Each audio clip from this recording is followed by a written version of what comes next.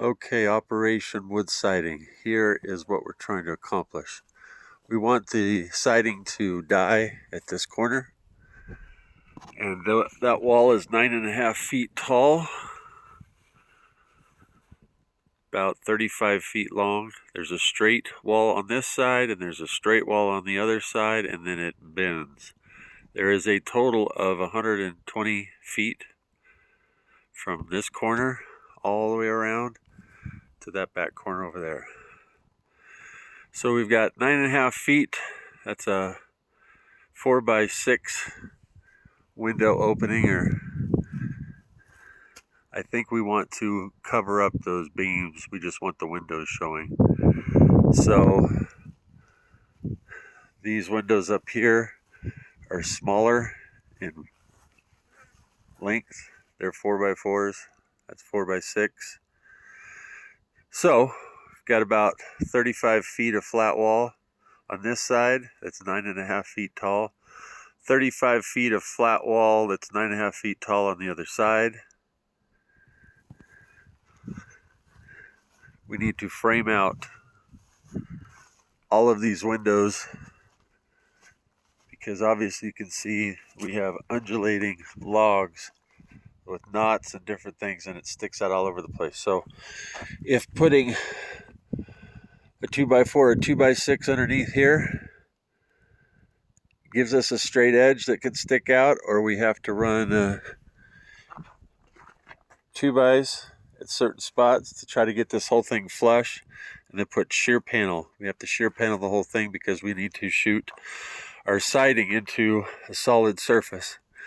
If there is no solid surface behind it, they can bow, and with the wind up here, they will bow.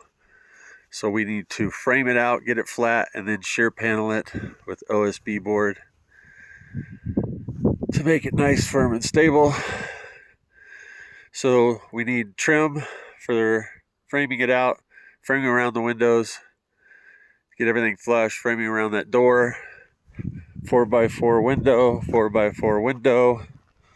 When we get to this rounded part, my idea is this deck is going to have I think we should do the deck first, but once it's here, we can literally bend 2x2s, draw a line, and run those as the base. And we can set once that 2x2 is sitting right there, we can hit at the base of our 2x4s on the face of it, attach it to it, and run that up.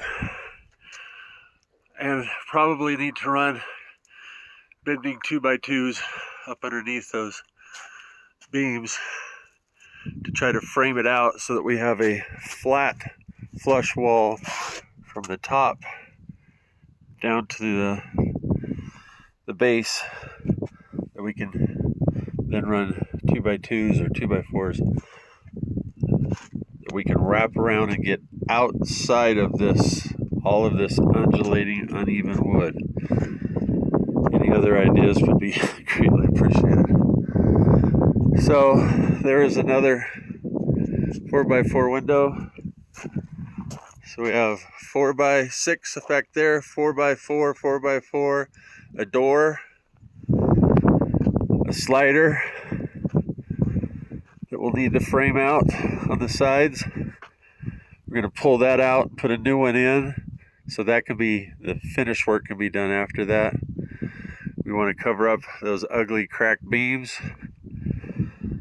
so we'll probably put our 2x2s or 2x4s on the corner and run them all the way around the top and the bottom on the side. On the sides. Another 4x4 window.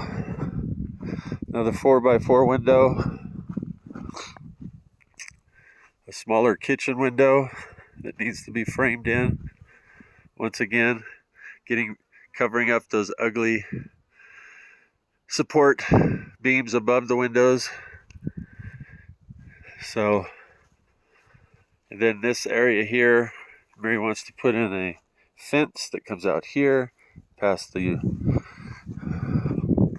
water meters and dives right into that wall. So we're only going to need to do the siding at the top to the top of that water meter there.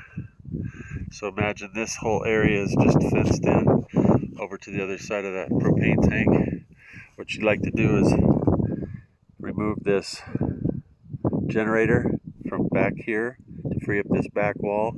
Get rid of that fantastic death trap of a deck there, and move all of this over here and put it in the fenced in area. Probably see if we can reset it right there on the other side of the water, and then fence that all in, and then that opens up the whole back.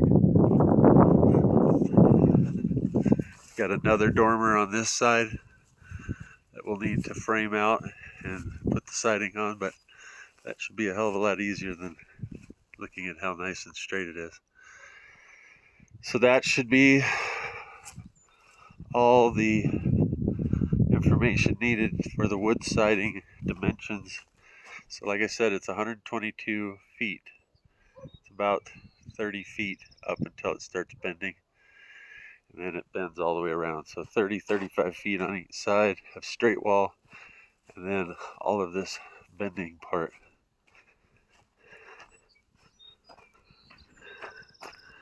That's the siding.